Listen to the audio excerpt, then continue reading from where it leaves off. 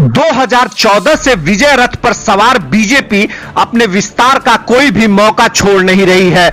अब उसकी नजर विपक्ष के वोटों की बची पूंजी साधने पर है, जिससे 2024 में भी अजेय रहा जा सके।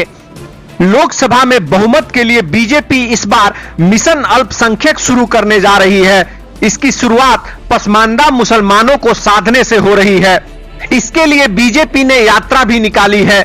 यह यात्रा 1 अगस्त को दिल्ली के तुर्कमान गेट से गाजियाबाद में दाखिल होगी और 2 अगस्त को बुलंदशहर, मेरठ, मुजफ्फरनगर में होगी। इसके बाद सहारनपुर, बिजनौर, अमरोहा, मुरादाबाद, रामपुर, बरेली, शाहजहांपुर होते हुए 6 अगस्त को लखनऊ पहुंचेगी। लखनऊ से यात्रा 7 अगस्त को बाराबंकी होते हुए पूर्वांचल की ओर बढ़ेगी। बहराइच, श्रावस्ती, गोंडा, फैजाबाद, सुल्तानपुर, अमेठी, प्रयागराज, जौनपुर, देवरिया, आजमगढ़ से होते हुए गोरखपुर और फिर 19 अगस्त को कुशीनगर जाएगी। कुशीनगर से यात्रा बिहार की ओर चली जाएगी। इस दौरान अलग अलग जिलों में सम्मेलन भी होंगे।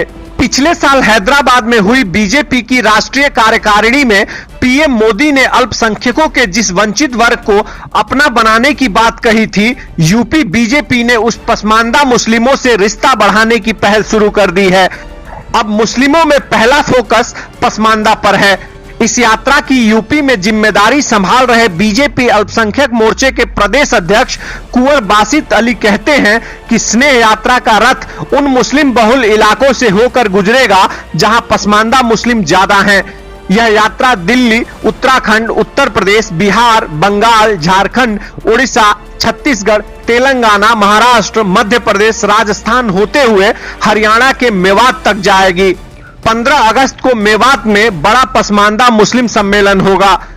बीजेपी ने अल्पसंख्यकों में भी पसमानदा पर अपना फोकस इसलिए किया है क्योंकि यूपी के मुस्लिमों में 90% इसी समाज के लोग हैं। इनमें ज्यादातर उपेक्षित वर्ग से आते हैं।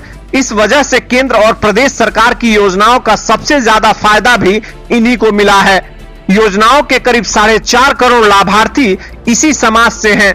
बीजेपी यह मानती है कि 2022 के विधानसभा चुनाव में 8% मुस्लिमों ने भी भाजपा को अपना मत दिया था। इसके बाद 60% से ज्यादा मुस्लिम आबादी वाली रामपुर लोकसभा, रामपुर विधानसभा और विपरीत समीकरणों वाली आजमगढ़ लोकसभा सीट को उपचुनाव में जीतने में सफलता भी बगैर पसमानदा मुस्लिमों पर भरोसा किए बिना नहीं मिल सकती थी। स्वार विधानसभा सीट के उपचुनाव में बीजेपी के सहयोगी अपना दल का मुस्लिम विधायक भी जीत गया। इस वजह से उपचुनाव के प्रयोग को ही विस्तार दिया जा रहा है। बहरहाल एक बात तो तय है कि बीजेपी ने चुनाव की जो तैयारियां शुरू कर दी हैं, उसके आसपास विपक्ष भटक भी नहीं रहा है। विपक्ष अभी तक अपना फॉर्मूला तय करने में व्यस्त है, लेकिन बीजेपी चुनाव की तैयारियों में जुट गई है।